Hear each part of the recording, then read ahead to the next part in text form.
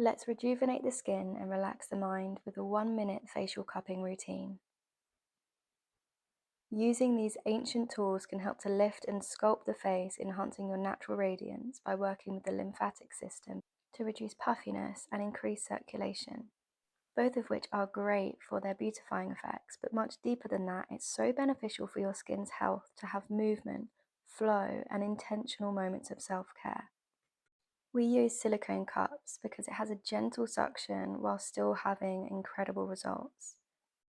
You want to see gentle redness as an indication that the cupping is working effectively without causing too much discomfort or bruising. Dynamic cupping provides a continuous flow of movement, which is great for areas of tension.